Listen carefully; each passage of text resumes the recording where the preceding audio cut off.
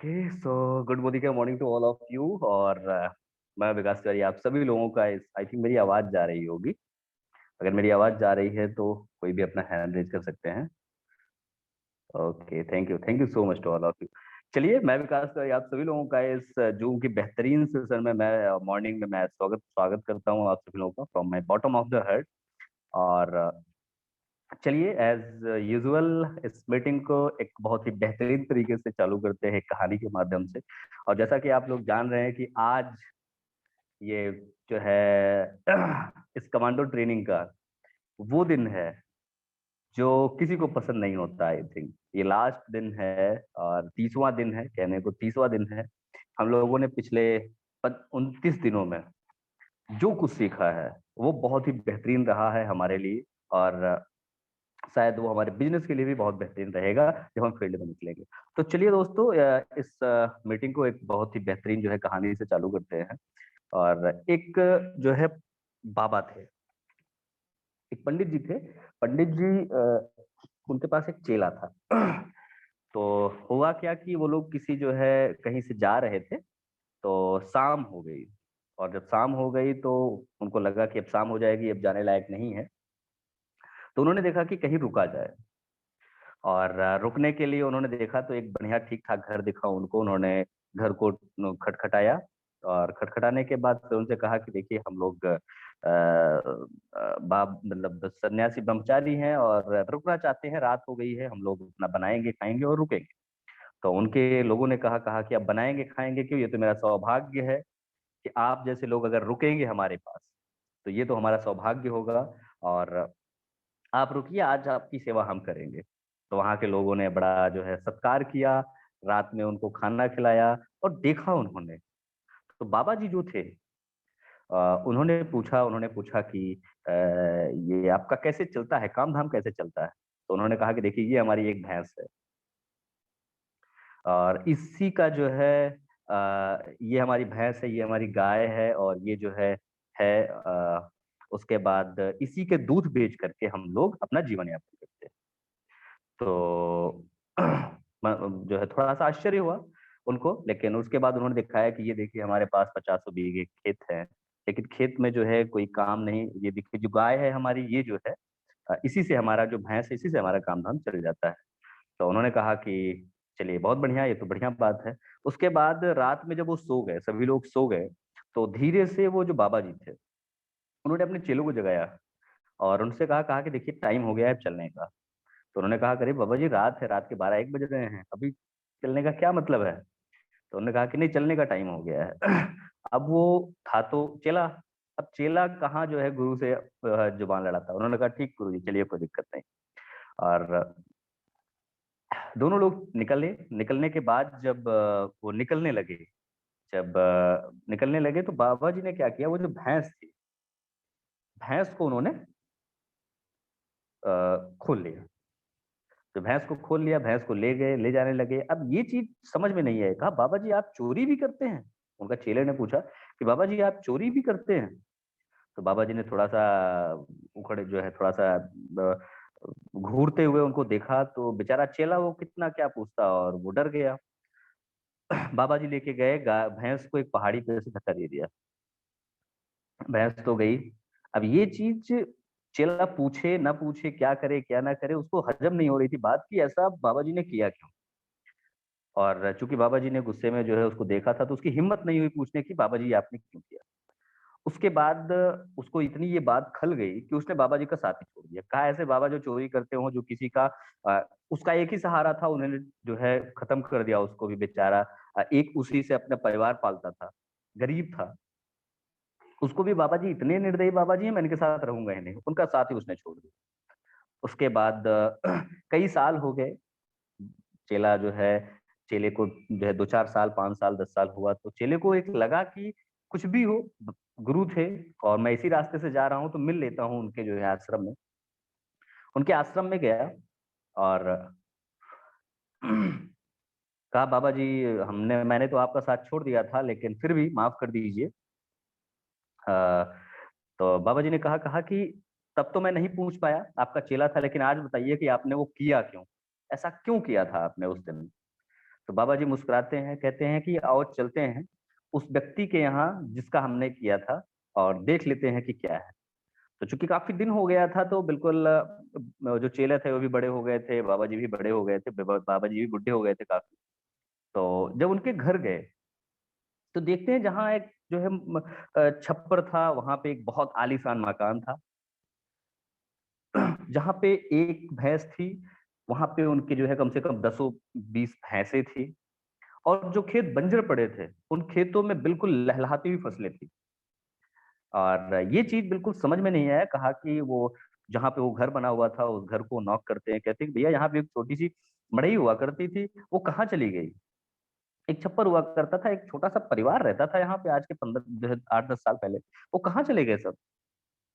उन्होंने कहा कि वो हम ही लोग हैं, और जो है हम लोग हैं, अब हमारी सिचुएशन है, हमारी ये जो है कि इतनी तरक्की पिछले 8-10 साल में कैसे हो गया ये।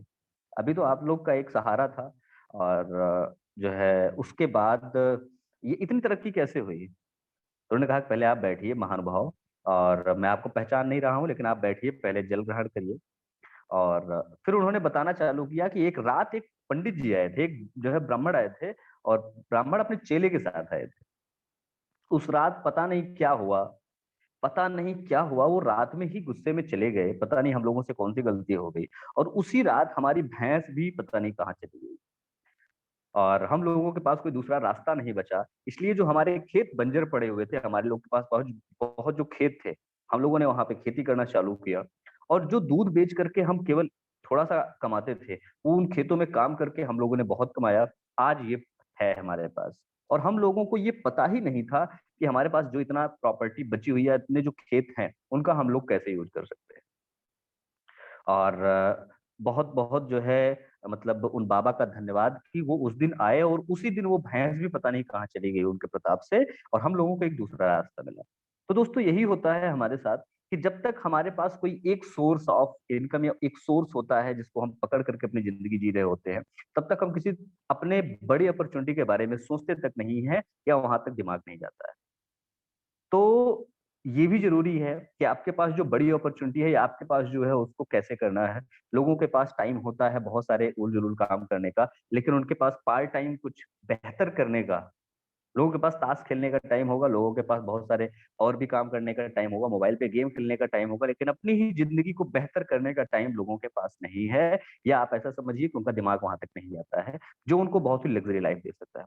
तो चलिए दोस्तों, इसी कहानी के साथ मैं विकास तिवारी आप सभी लोगों का कंफर्ट जोन, बिल्कुल। इसी कहानी के साथ मैं विकास तिवारी एक बार फिर से जूम सेशन में मैं आप सभी लोगों का स्वागत करता हूं। और चलिए आज की मीटिंग को चालू करते हैं, और आज की मीटिंग को एक बार फिर से बेहतर बनाते हैं, एक ऐसी शख्सियत को इनवाइट करके जिनसे हम लोगों ने बहुत कुछ सीखा, बहुत कुछ सीखा, बहुत कुछ सीख रहे हैं, और बहुत कुछ सीखेंगे आगे। अब वो टाइम आ चुका है कि जब मैं उनको बुलाऊं, और वो एक ऐसी शख्सियत हैं जिनके आने भर से ही बहुत एक पॉजिटिविटी मिलती, बहुत अच्छा माहौल एक बनता है, और उनकी वजह से आज हम सब लोग इतने एजुकेटेड हो रहे हैं, इतना कुछ सीख रहे हैं।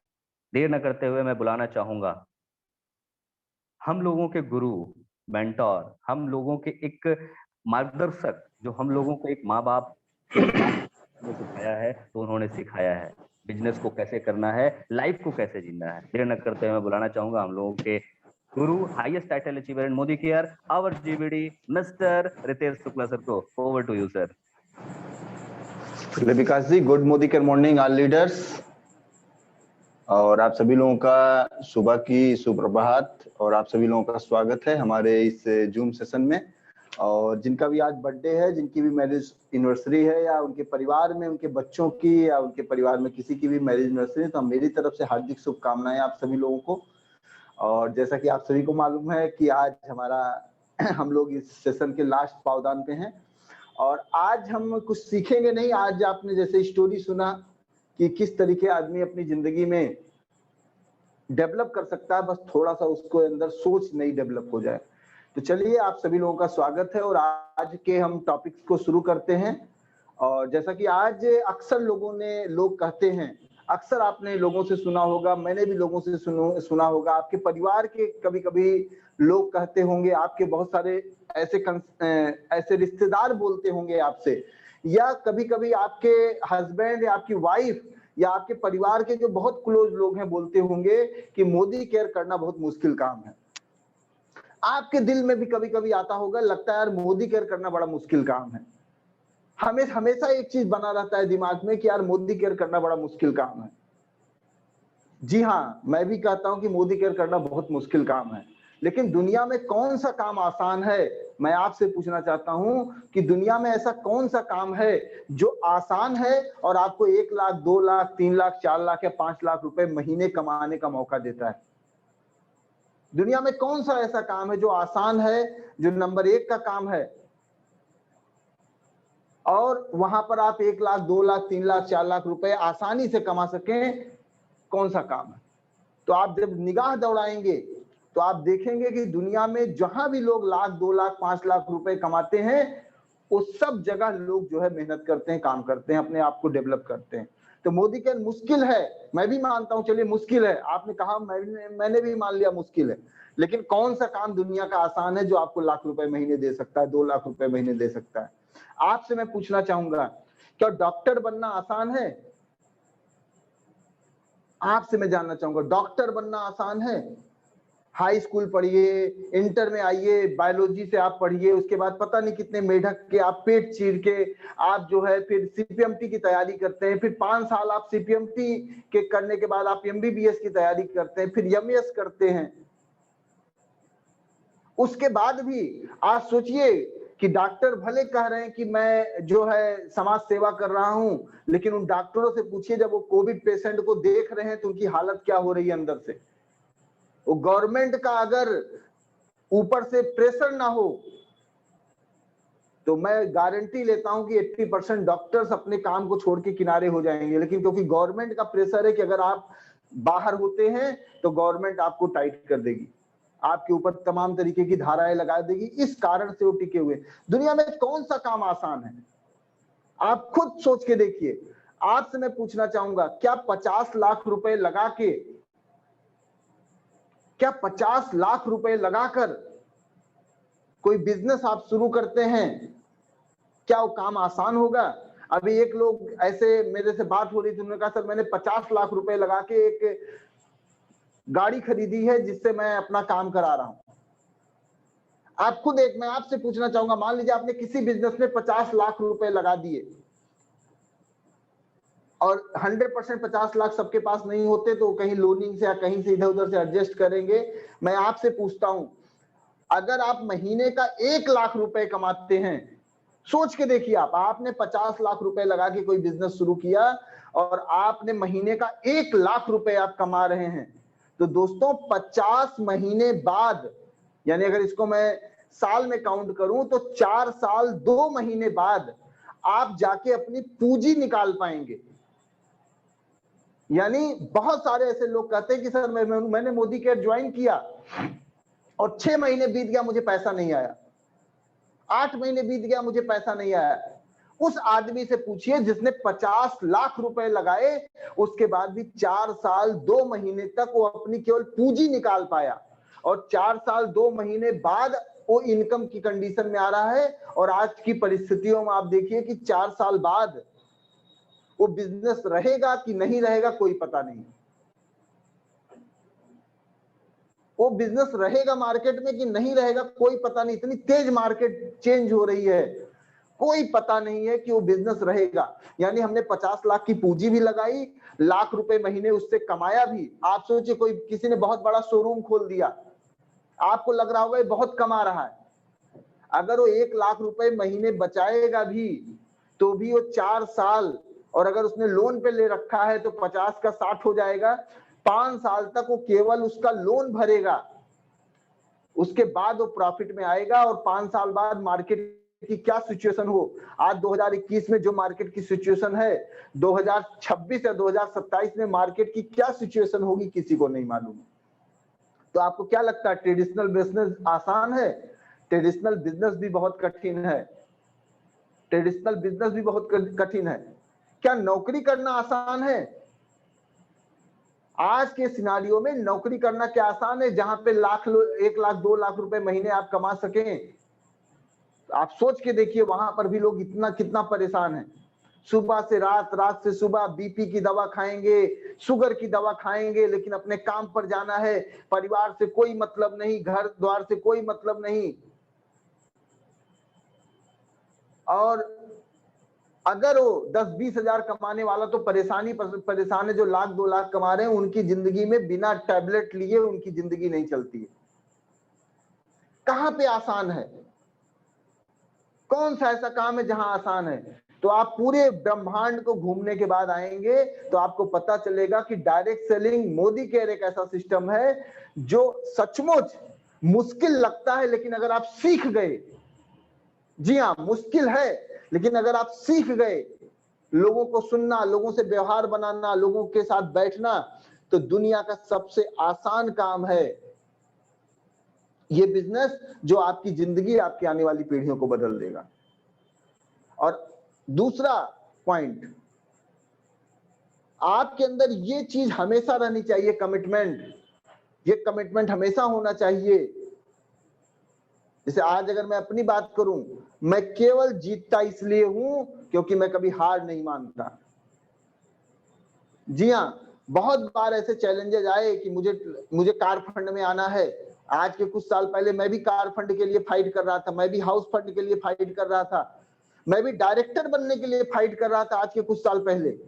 लेकिन केवल इसलिए जीता, बार बार प्रयास करने के बाद केवल इसलिए जीता क्योंकि मुझे हारने का डर नहीं था। मुझे था कि मुझे हार नहीं मानना है, मुझे 100% जीतना ही जीतना है, और इसीलिए मैंने इस काम को किया।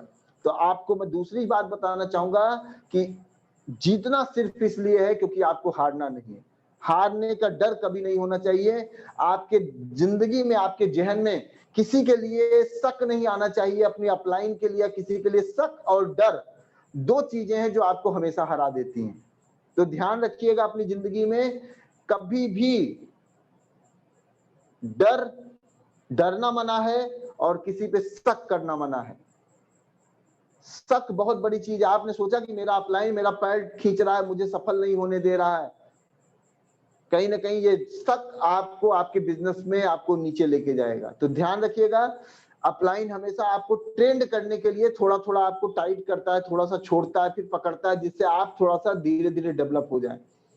तो ध्यान रखिएगा कि अपनी जिंदगी में शक और डर शब्द को नहीं लाना है।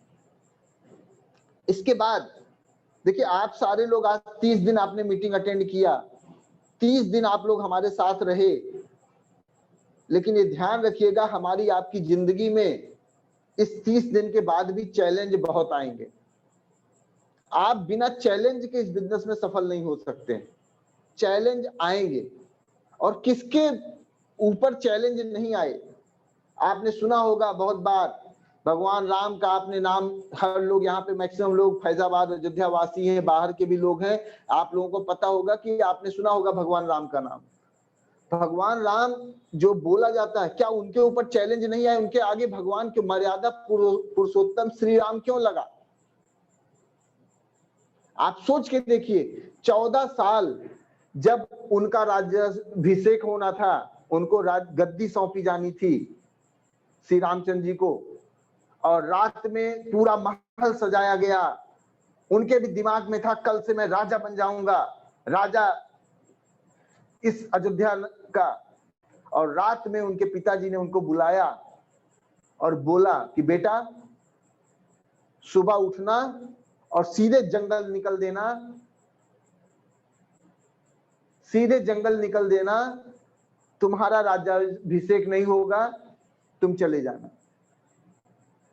और एक ध्यान रखना, ये जो राशि वस्त्र है इसको भी उतार के जाना है, वन वाले भेष में आपको जाना है, और आपको 14 वर्ष के लिए वनवास के लिए मैं आपको भेज रहा हूं।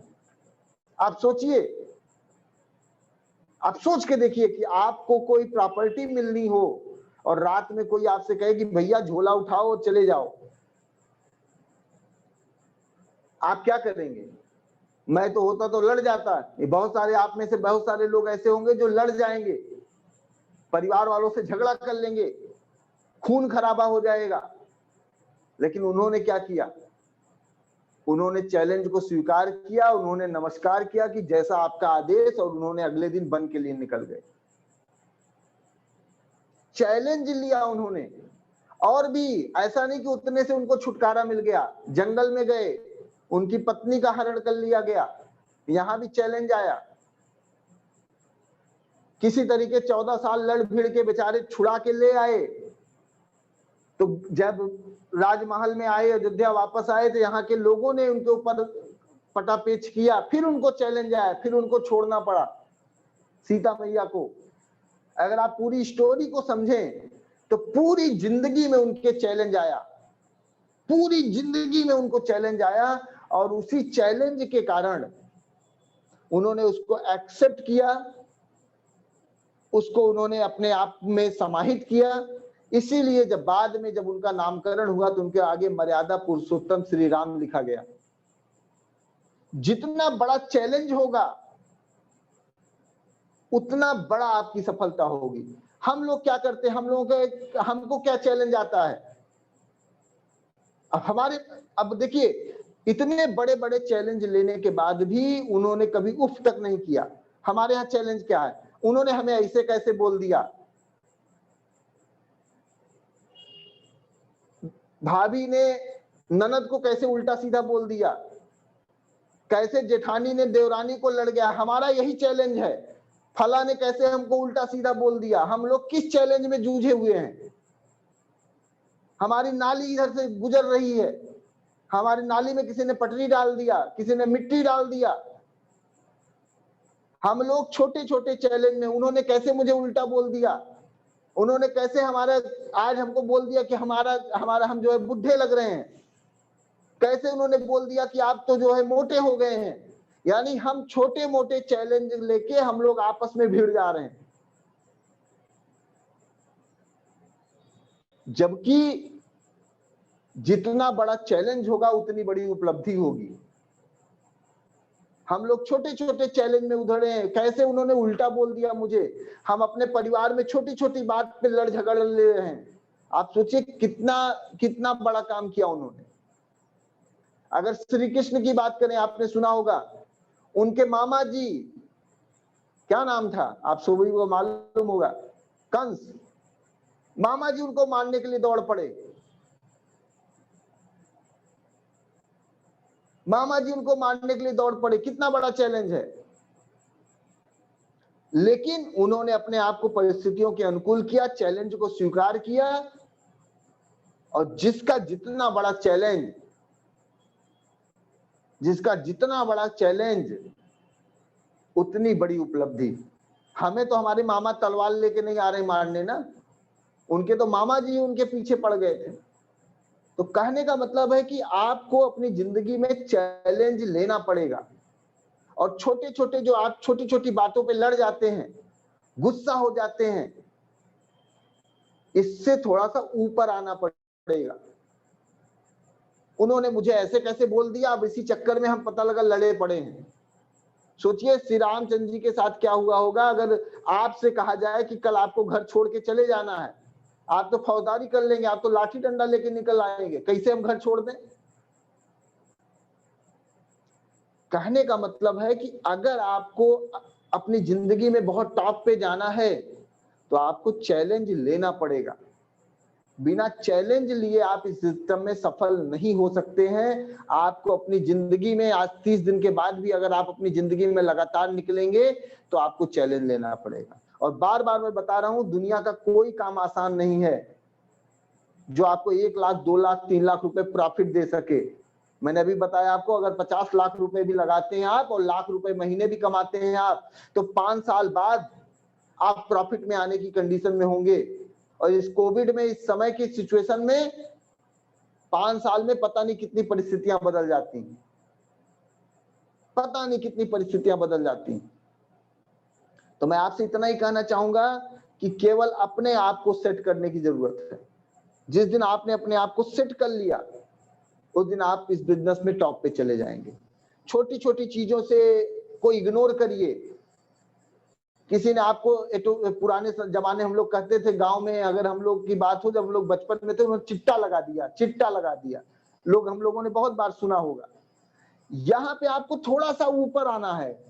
कोई भी कुछ बोले तो आपको अपने माइंड को सेट करना है कि नहीं, मुझे अपने काम को आगे बढ़ाना है, मुझे किसी की बात को नहीं सुनना है, मुझे आगे बढ़ना है, ये बिजनेस मेरे लिए बना है, मुझे आगे बढ़ना है। और लास्ट एंड लीस्ट, जैसे आज जो है आपने सुना, मैं भी एक कहानी के साथ आज जो है इस प्रोग्राम को समाप्त करना चाहूंगा। और समय बहुत रहेगा तो आज आपके बहुत सारे रिव्यू जानेंगे, क्योंकि आज कमांडो ट्रेनिंग का आज मैं केवल आपको एक चीज सिखाना चाह रहा हूं। चिट्टा मतलब ये गांव वालों से पूछिएगा, बताएंगे मैडम। लोग एक दूसरे की कानाफूसी करते हैं, इसको अगर आप सुनिए सोचिए तो कानाफूसी करना। इसीलिए मैंने कहा कि गांव वालों की भाषा में मैंने बता रहा हूं कि जिनको बहुत लोगों को पता है। लोग एक दूसरे की कानाफूसी कर देते हैं और फिर आपस में लड़ा के मजा लेते हैं कि चलो ठीक है, अब तो लड़ गए, मजा आ गया। तो ये काम नहीं करना। अगर हमें चैलेंज है तो हमें बड़े चैलेंज लेने हैं, हमें अपने चैलेंज को बड़ा लेना है। जितना बड़ा चैलेंज उतनी बड़ी उपलब्धि। और लास्ट में एक कहानी से मैं अपना आज का सेशन समाप्त करूंगा। एक आपने सुना होगा, बहुत सारे लोगों ने मोहम्मद गौरी का नाम सुना होगा, यस और नो? और पृथ्वीराज चौहान का आपने नाम सुना होगा जरूर से जरूर। अगर सुना हो तो कमेंट बॉक्स में यस लिख सकते हैं। Yes yes yes yes yes yes, very good sir. सबने सुना है मोहम्मद गौरी का भी नाम और पृथ्वीराज चौहान का। ये दोनों ऐसे लोग थे, जी हाँ शुक्रिया, ये दोनों लोग ऐसे थे। मोहम्मद गौरी ने 17 बार, ध्यान से सुनिएगा, जी हाँ मिश्रीलाल जी ने देखिए बताया, 17 बार पृथ्वीराज चौहान पे आक्रमण किया। मोहम्मद गौरी ने 17 बार पृथ्वीराज चौहान पर आक्रमण किया और हर बार पृथ्वीराज चौहान ने उसको हरा दिया। मैं किसी उस पे नहीं जा रहा हूं, लेकिन मैं इस स्टोरी से आपको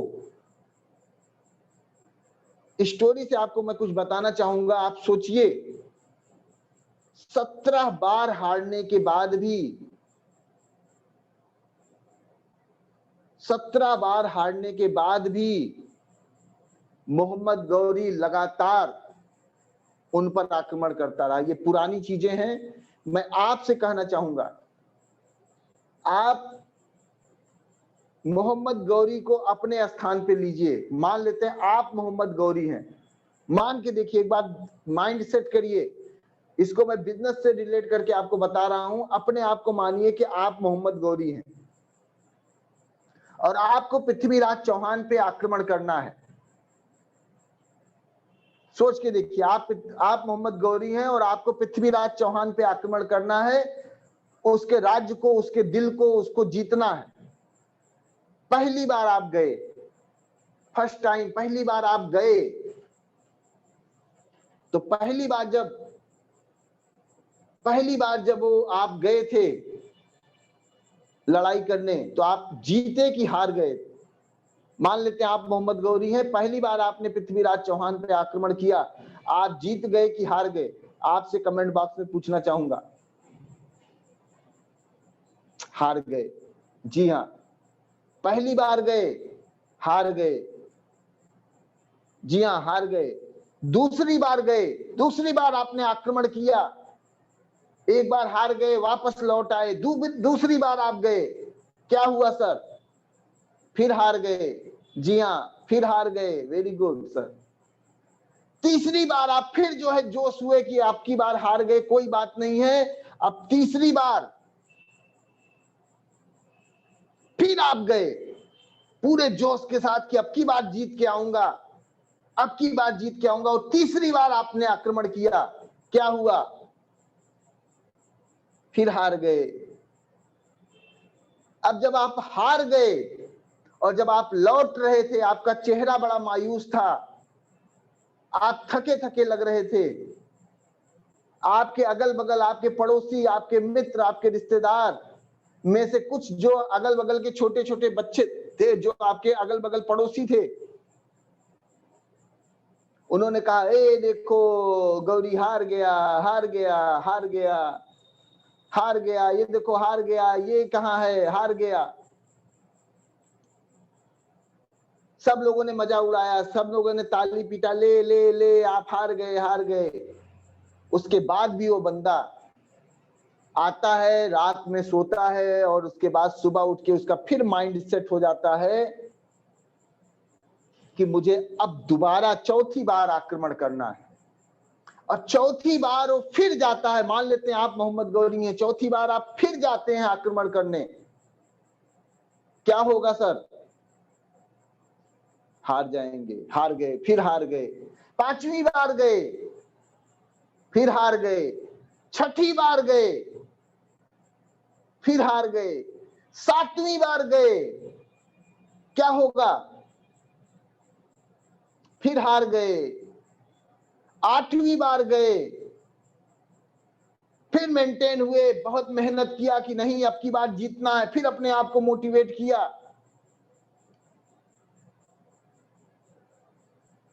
और 9वीं बार गए और फिर हार गए, फिर हार गए। अब घर आए, आप मोहम्मद गौरी हैं, सोच के देखिए, आप आए फिर घर, आपकी बीबी ने कहा देखो सुनो, ये सब काम मत करो, ये सब चलता नहीं है, ये बेकार काम है। मेरी सहेलियां कहती हैं कि तुम्हारे हस्बैंड ये कौन सा काम शुरू कर दिए, बड़े उजड़े उजड़े रहने लगे हैं। सुनो, वाइफ कह रही है अपने मोहम्मद गौरी से, मान लेते हैं आप गौरी हैं, या मान लेते हैं हस्बैंड कह रहे हैं कि सुनो ये काम मत करो, बड़ी बेइज्जती हो रही है मार्केट में।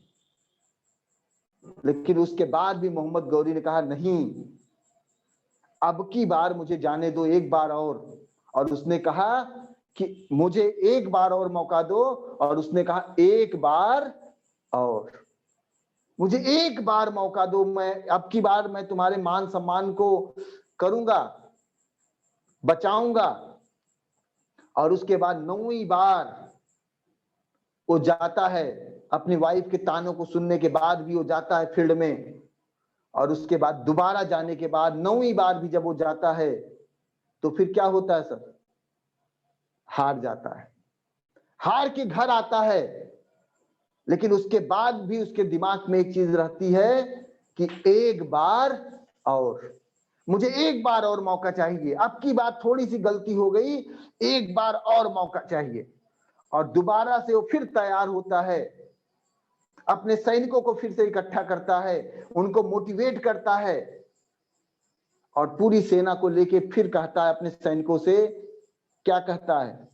एक बार और एक बार वो और कहने के बाद वो फिर आक्रमण करता है, और जब आक्रमण करता है तो फिर वो हार जाता है, फिर हार जाता है, फिर घर आता है। उसके पिताजी कहते हैं कि बेटा ये सब काम छोड़ो, बहुत हो गया, तुम्हारी जिंदगी अब तुम गड़बड़ हो जाएगा, अब तुम रहने दो, कहीं किराना की दुकान खोल दो, कहीं किराना की दुकान खोल लो, कहीं कोई कपड़े की दुकान खोल लो, लेकिन ये काम बंद करो, ये तुमसे नहीं होगा, तुम्हारे बस का नहीं है। पिताजी ने उसको बार बार कहा, और उसके बाद अपने पिताजी से कहता है केवल एक लाइन, और क्या होती है वो लाइन? एक बार और 12वीं बार उसने आक्रमण किया, फिर गया, फिर हार गया, 12वीं बार गया, फिर हार गया, फिर आता है अपने पिताजी के पास। अब पिताजी और वाइफ दोनों मिलके परेशान कर रहे हैं। बहू बोल रही, ससुर जी मैं तो इनसे बहुत बार कह रही हूं कि ये पता नहीं कहां लगे रहते हैं, कुछ हो नहीं रहा है इनसे। वो पर्दे के पीछे से बोल रही है, पिताजी उसको अलग से डांट रहे हैं। तब तक माता जी भी आ जाती हैं, कहती बेटा मेरे दूध की लाज रखो, कहां तुम फंस गए हो, छोड़ो ये सब काम, ये सब काम नहीं होगा, तुम्हारे बस का नहीं है, ये सब कोई कमाता नहीं है, छोड़ो। उसके बाद भी 14वीं बार 14वीं बार वो अपने परिवार के साथ बैठ के कहता है कि पिताजी, माताजी, वाइफ, एक बार और। उसके बाद वो बोलता है कि एक बार और 15वीं बार जाता है लड़ाई के लिए, फिर हार जाता है। जी हाँ, फिर 15वीं बार जाता है, फिर हार जाता है। आप सोचिए कितना पेशेंस होगा। और इसके साथ साथ छोड़िए उसकी बात को, अब उसके विरोध में मोहल्ले वाले भी ताली बजा रहे हैं कि देखो हार गया। बीबी अलग परेशान कर रही है, ससुर जी अलग परेशान कर रहे हैं,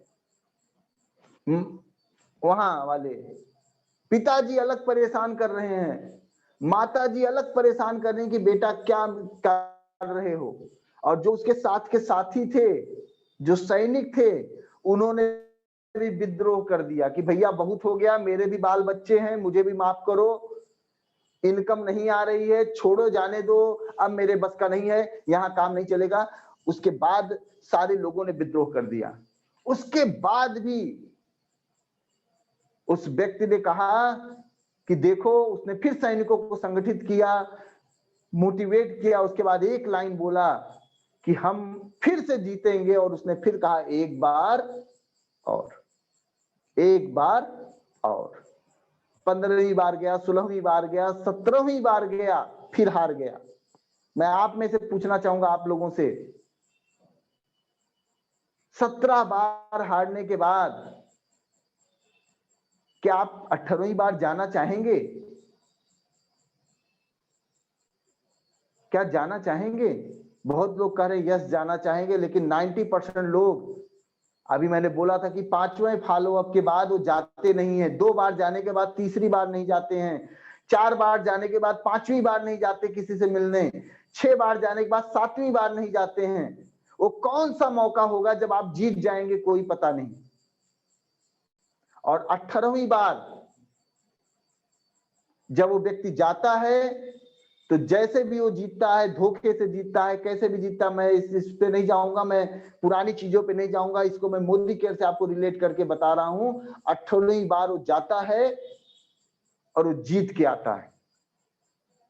जब वो जीत के आता है, सोच के देखिए, जब वो जीता होगा और जब घर वापस आया होगा, तो सारे मोहल्ले के बच्चे, सारे अगल बगल के पड़ोसी, सारे लोग उसके लिए तालियां बजा रहे थे। सब ये कह रहे थे देखो, मुझे पता था तुम जीत जाओगे, तुमने बहुत बड़ा काम किया है, तुम जीत जाओगे, तुम जीत गए, तुम जीत गए। उसकी वाइफ कहती है कि देखा, ये मेरा पति है जिसने मेरा नाम रोशन कर दिया, मेरे पति कितने अच्छे हैं, कितने अच्छे हैं। अब वही पत्नी जो बार बार लोग ताना मारती थी, वही पत्नी कह रही है मेरे पति कितने अच्छे हैं। किसी के का जो है बेटा कह रहा है कि ये देखो, मेरे डैडी ने मेरा नाम रोशन कर दिया। पिताजी कह रहे हैं देखा, इस लड़के ने तो, मैं जानता था मेरा बेटा बहुत बड़ा नाम करेगा। वही माँ जो कहती थी मेरे दूध की लाज रख लो, वही माँ कह रही कि मुझे अपने बेटे पे गर्व है, किसने पूरे यहाँ पूरे मोहल्ले में चारों तरफ इसने अपने आप को साबित कर दिया। चारों तरफ हो रहा है कि हमारा बेटा जीत गया, हमारा बेटा जीत गया, हमारे बेटे ने मेरा नाम रोशन कर दिया। अब सारे लोग उसकी वाहवाही कर रहे हैं, सारे सैनिक झूम रहे हैं, नाच रहे हैं, ढोलक बजा रहे हैं, मजीरा बजा रहे हैं, डांस कर रहे हैं, उसके कार का सेलिब्रेशन कर रहे हैं। कहने का मतलब है कि जिंदगी में जीतता वही है जो कभी हार नहीं मानता। आप जीतेंगे तभी जब आप हारेंगे नहीं। 17 बार फॉलोअप, 15 बार फॉलोअप, आपका फॉलोअप, आपका चैलेंज लेना आपको इस बिजनेस में आगे लेके जाएगा। जिंदगी में बहुत सारे ऐसे मौके आएंगे, जिंदगी में बहुत सारे ऐसे मौके आएंगे जब आपको लगेगा कि आप हारने वाले हैं, आप टूटने वाले हैं, आप अब आपका दिल कह रहा है कि अब बहुत हो गया सर, अब नहीं हो पाएगा। उस समय एक बात याद रखिएगा, मेरी एक बात याद रखिएगा कि एक बार और। जब भी आपको लगे, महसूस हो कि आपके परिवार वाले लोग आपकी टांग खींच रहे हैं, आपको आगे बढ़ने से रोक रहे हैं, आपके रिश्तेदार आप पे ताना मार रहे हैं, केवल एक लाइन याद रखिएगा कि एक बार और। जब भी आपको लगे कि अब मैं कार फंड में पहुंचने वाला था, थोड़ा सा मिस हो रहा है, फिर अपने अंदर एक बात याद रखिएगा कि एक बार और। जब भी आपको लगे अभी डायरेक्टर बनने में बहुत सारी तकलीफें आ रही हैं, अभी मेरा बोनस नहीं बन पा रहा है, फिर माइंड में सेट करिएगा कि एक बार और।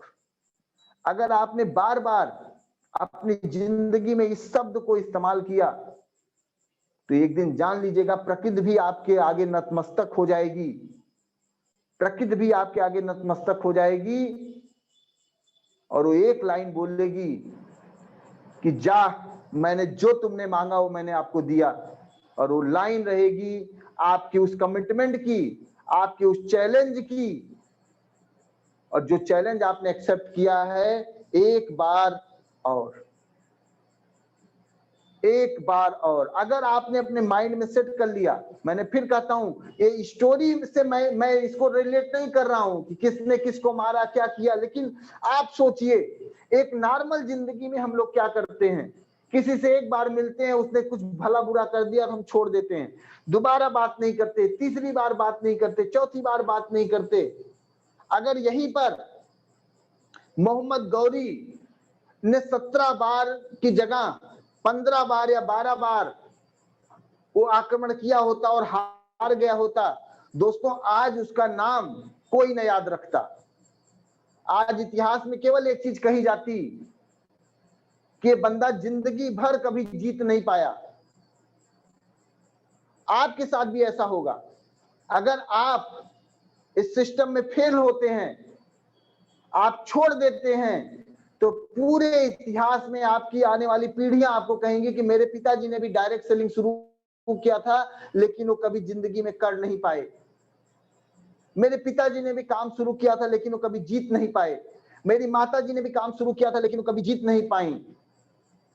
लेकिन आपका लगातार प्रयास, वही एक माइंड सेटअप की एक बार, क्या एक बार और, वही सेटअप जब आएगा और आप ये लगातार इस माइंड को सेट करेंगे, एक बार और, एक बार और, आप लगातार करते जाएंगे, तो वही परिवार में आप वो सदस्य होंगे जो अपने गरीबी की जंजीर को, अपने परिवार की उस जो पुरानी जंजीर है, जो आर्थिक रूप से हम जिसमें परेशान हैं, उस जंजीर को जब तोड़ के आप आगे निकलेंगे और आपकी आने वाली पीढ़ियां टाइम फ्रीडम और मनी फ्रीडम का मजा लेंगी, तब आपका नाम आपके परिवार में सुनहरे अक्षरों में लिखा जाएगा और लिखा जाएगा कि फला शख्स के कारण आज हमारा परिवार आर्थिक तंगी से निकलकर आज आर्थिक आजादी का बिगुल फूंक रहा है। आपको जिंदगी भर आर्थिक योद्धा के रूप में देखा जाएगा। आपका नाम आने वाली पीढ़ियां जिंदगी भर लेंगी क्योंकि आपके द्वारा जनरेट की गई इनकम परिवार को आती रहेगी। तो अपनी जिंदगी में ध्यान रखिएगा कि चैलेंज, दुनिया में मुश्किल काम सब है, आपको अपने मुश्किल काम को हैंडल करना है, चैलेंज को स्वीकार करना है और माइंड में सेट करना है, एक बार और, एक बार और, एक बार और जब आप लगातार आप प्रयास करते रहेंगे, लगातार आप प्रयास करते रहेंगे, तो एक दिन आप जीतेंगे जरूर। और जब आप जीतेंगे तो आंख बंद करके सोचिएगा, आंख बंद करके सोचिएगा कि आपके परिवार वाले आपका कितना मान सम्मान कर रहे हैं, आपके अगल बगल वाले कितना मान सम्मान कर रहे हैं। जो लोग आपसे ज्वेलसी करते हैं वो आपको देख के क्या बोलेंगे। जो सैनिक जो आपका आज साथ छोड़ के चले गए थे, वो सैनिक दोबारा आपके पास वापस लौट के आएंगे, आपकी सेना में आपके साथ खड़े होंगे। जिन लोगों ने आपका भला बुरा कहा था वो आपके सामने नतमस्तक होके आपके लिए तालियां बजाएंगे कि हमारे हजूर आ रहे हैं। जो लोग आपको डिनाई कर रहे हैं, जो लोग आपकी बात नहीं मानते हैं, वो लोग भी आपके लिए खड़े होंगे कि हाँ, शेर आ रहा है, इसने मेरी जिंदगी बदल दी। और आपके दिमाग में केवल एक लाइन गूंजती रहेगी, एक लाइन गूंजती रहेगी, वो लाइन होगी एक बार और।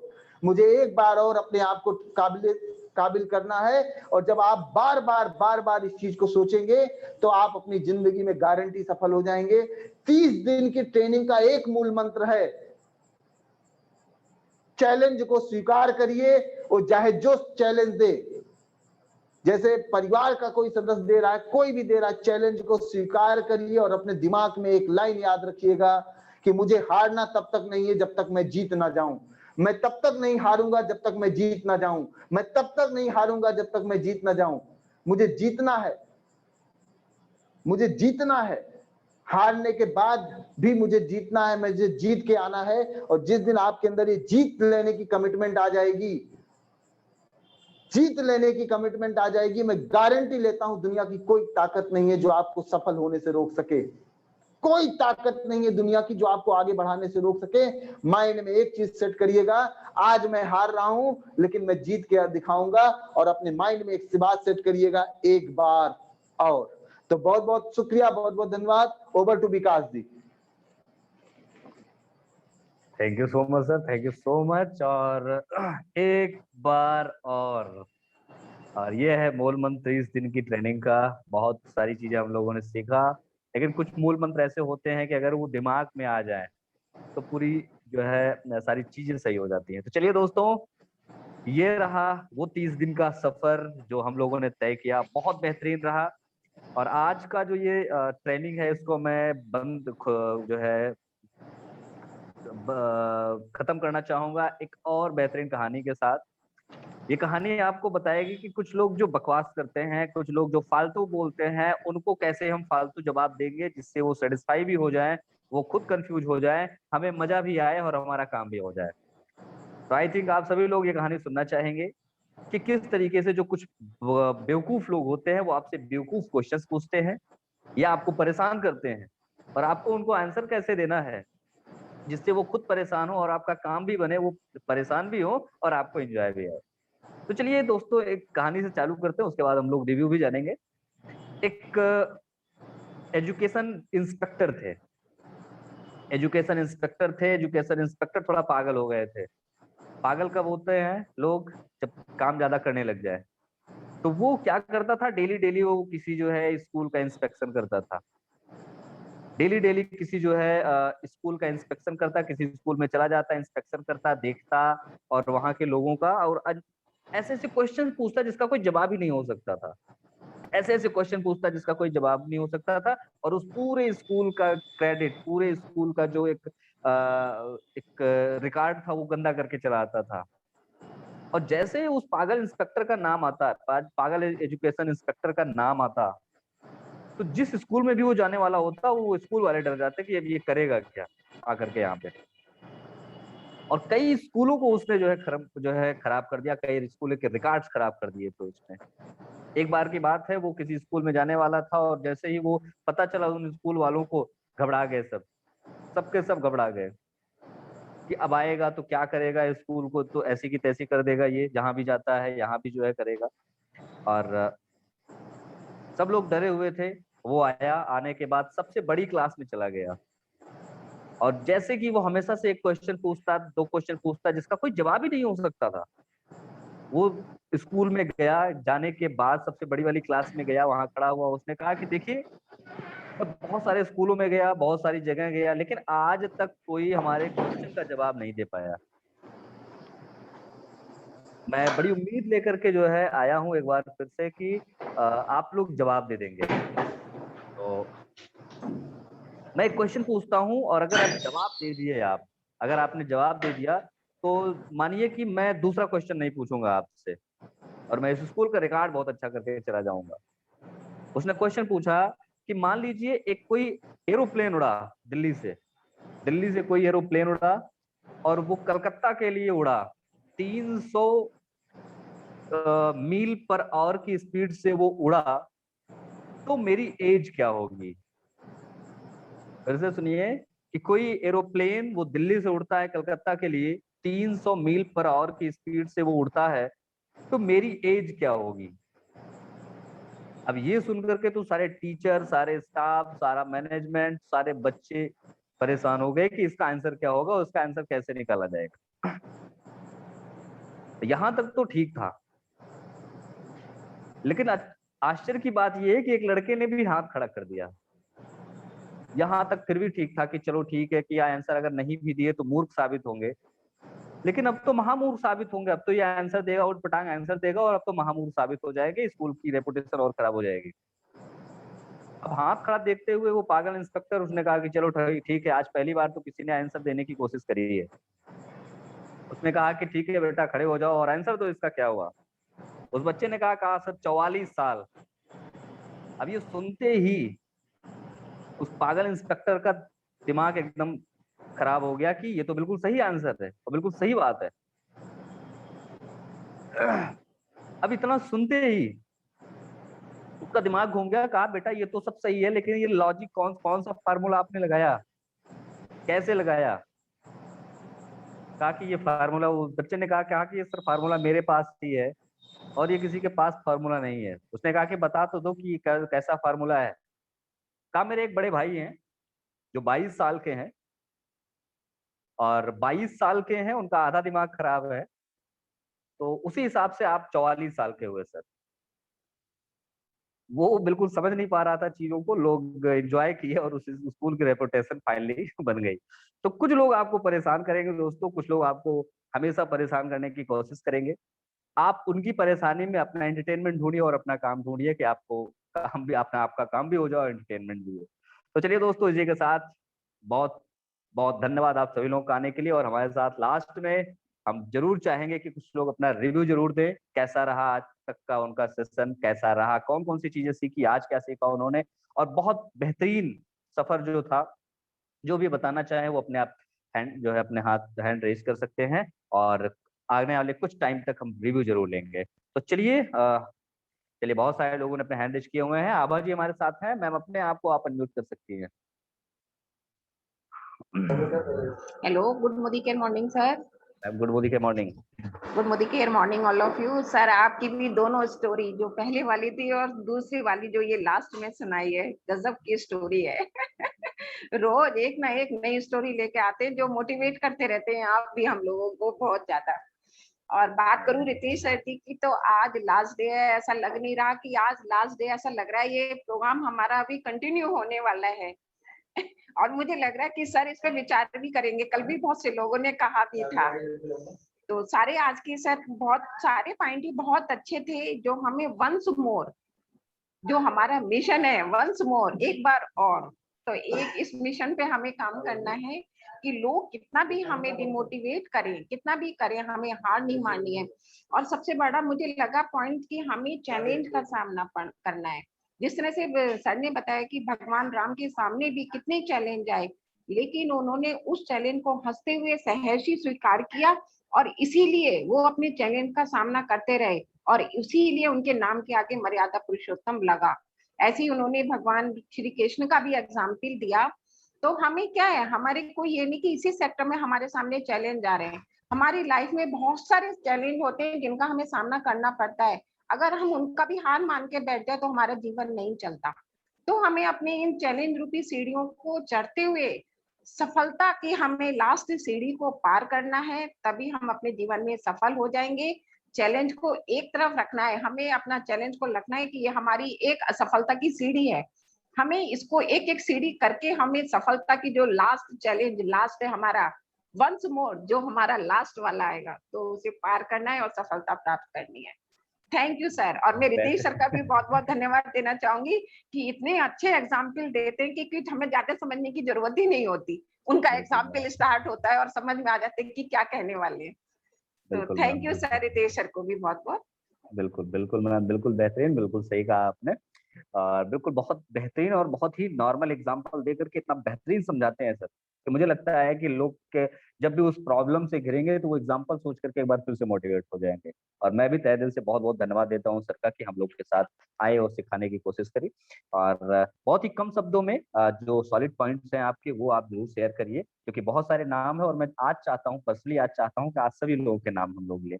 तो मुक्ता जी हैं मैम, अपने आप को आप अनम्यूट कर सकती हैं।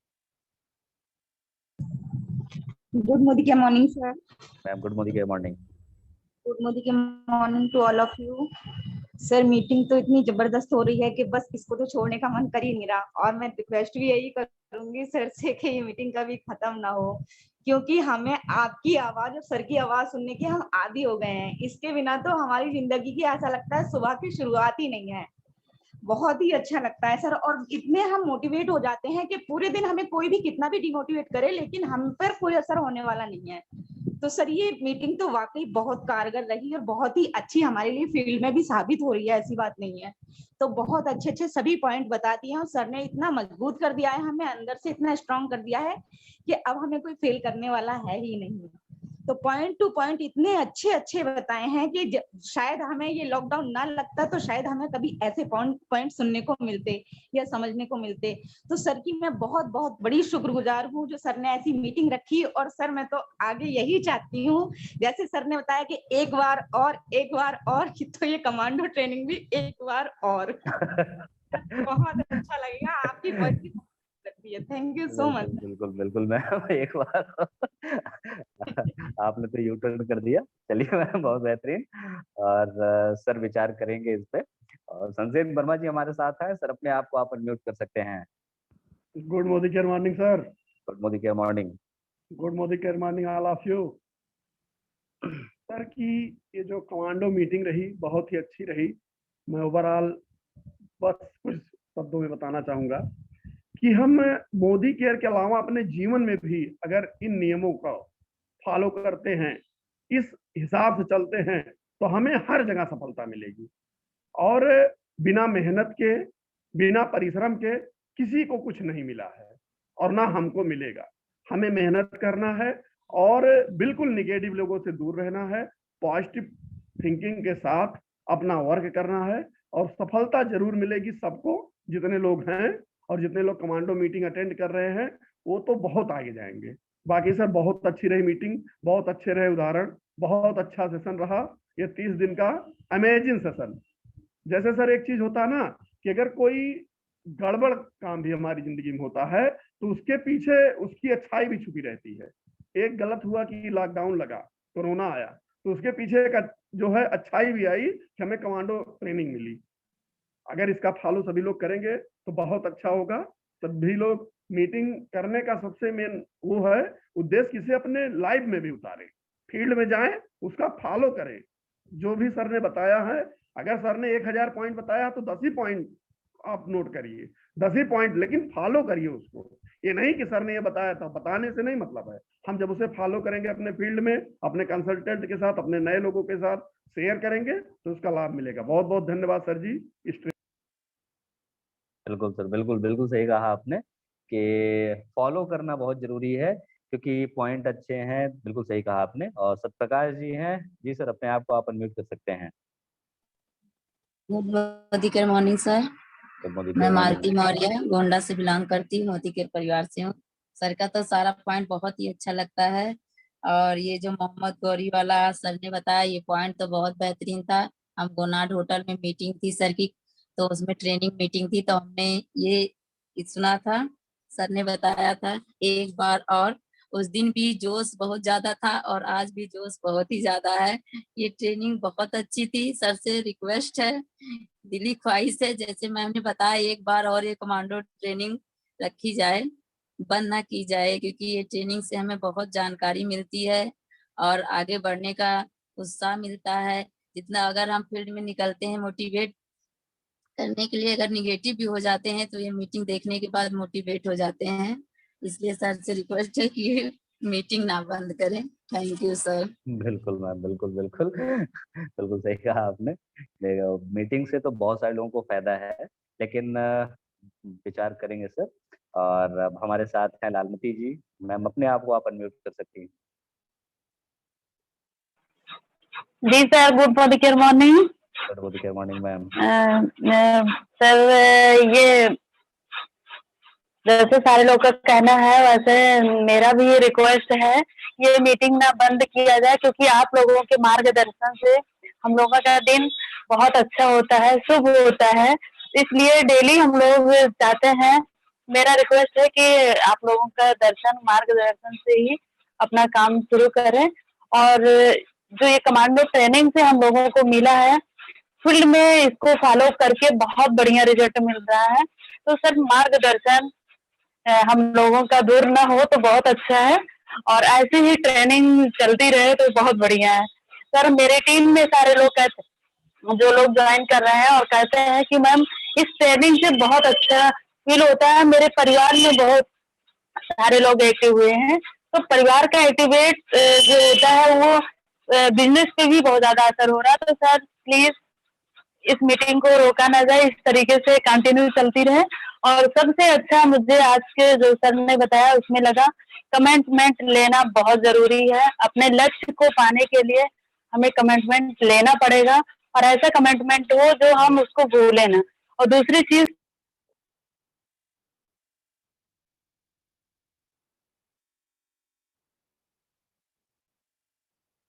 मैम आपकी आवाज नहीं आ रही है। बिल्कुल सही कहा आपने, कमिटमेंट लेना बहुत ही जरूरी है। और हमारे साथ रिंकू जी हैं, सर अपने आप को आप अनम्यूट कर सकते हैं। Good morning sir. Good morning. Sir हम ज़्यादा तो कुछ नहीं कहना चाहते। 30 दिन का जो सफर था तो बहुत अच्छा था। इस पे हम कुछ लाइन कहना चाहते हैं। करत करत अभ्यास के जड़मति होत सुजान, रसरी आवत जाते सील पर पड़त निशान। तो आगे भी हम कुछ और कहना चाहते हैं। जो समाज गुरु द्वारा प्रेरित है वह अधिक वेग से उन्नति के पथ पर अग्रसर होता है। Thank you sir. Thank you Rinku ji, बिल्कुल सही कहा। मार्गदर्शन बहुत जरूरी है और आपकी लाइफ में गुरु का होना बहुत ही जरूरी है। और निगम जी हमारे साथ हैं, सर अपने आप को आप अनम्यूट कर सकते हैं। Good morning sir. Good morning sir. Sir की तबीयत खुश होती है आपको सुबह देख करके।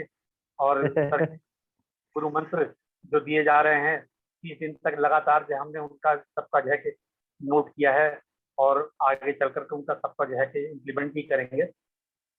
इतने बढ़िया बढ़िया एग्जाम्पल सर कोट करते हैं कि किसी को अगर ना भी समझ में आ रहा हो तो एकदम से समझ में आ जाएगा। जो भी एग्जाम्पल दिए हैं वो पूरी ट्रेनिंग में बहुत ही ज़बरदस्त हैं, एक से एक बेहतरीन एग्जाम्पल है। और आपकी स्टोरी, आपकी आवाज़ बहुत बेहतरीन है, इसका कोई जवाब नहीं था। है कि हमको अगर ट्रेनिंग आप आगे चला सकें, जैसे कंपनी बीच बीच में ऑफर देती है कि अब पीवी है 15 तारीख तक ही है, इसके बाद नहीं है, 20 तक है, इसके बाद नहीं है, लेकिन वो फिर अचानक से ऐसा ऑफर आता है कि अब जो है और चाहेंगे कि अगर ट्रेनिंग भी इसी तरह से छोटा छोटा सेशन भी अगर मिलता रहेगा तो हम लोग बहुत मोटिवेट होते रहेंगे, बहुत ज़्यादा लाभ उठाएंगे। और एक बार और सर एक बार और, बिल्कुल सर, एक बार और। आपने जो सर वो स्टोरी सुनाई थी वो भी बहुत जबरदस्त, बहुत जब भी सुनाते हैं तो बहुत ही एक से लाजवाब स्टोरी सुनाते हैं और हम सभी लोग जो है मोटिवेट होते हैं। और जितने भी कमांडो यहाँ पे ट्रेनिंग ले रहे हैं, मैं समझता हूँ कि शायद ही कोई ऐसा होगा जो मोटिवेट ना हुआ हो, जिसको ये फायदा ना हो आगे चल करके। और जैसे ही हम लोग जो है फील्ड में उतरेंगे और जा भी रहे हैं, शुरू भी कर दिया है, तो उस तरह से धीरे धीरे करके जो है सब जो है चैंपियन बनेंगे और जबरदस्त जो है कि सफलता हासिल करेंगे। थैंक यू सर, बहुत बहुत धन्यवाद। जी सर, बिल्कुल बिल्कुल, बहुत बहुत धन्यवाद आपका भी। और एक बार और राकेश जी हमारे साथ हैं, सर अपने आप को आप अनम्यूट कर सकते हैं। Good morning sir. Good morning sir. कुछ भी कहना सूरज को दिया दिखाने में बराबर है इस मीटिंग और इस मार्गदर्शन को। और सारे तरह से एकदम पूर्ण एनर्जी से भर गए हैं और अब करके दिखाना है और अपनाना है सारे बिंदुओं को। और ऐसा अपनाना है कि उससे उसकी प्रतिभा और उसका डल नहीं होना है। थोड़ी बहुत सवाल जवाब और कॉन्फिडेंस लेवल थोड़ा कम भी हो जाता है कभी कभार बहुत ज्यादा फील्ड में जाने पर, लेकिन ये सारी चीजें हमें इतना थोड़े थोड़े प्रैक्टिस से बहुत कुछ मिलने वाला है। इसलिए थोड़ा सा भी घबराना नहीं है और बस थोड़ा सा कम हुआ जरूर, लेकिन रुकना नहीं है, खत्म नहीं होना है, सच्चे मायने में अपनाना है सर, बस ये कहना है हमारा। धन्यवाद सर। बिल्कुल बिल्कुल सही बात राकेश जी, कि अब जो है फील्ड में दिखाना है, अब फील्ड में दिखाना है इन चीजों को। तो जयशंकर जी हमारे साथ है, सर अपने आप को आप अनम्यूट कर सकते हैं। Good morning sir. Good morning sir यूं तो 30 दिन में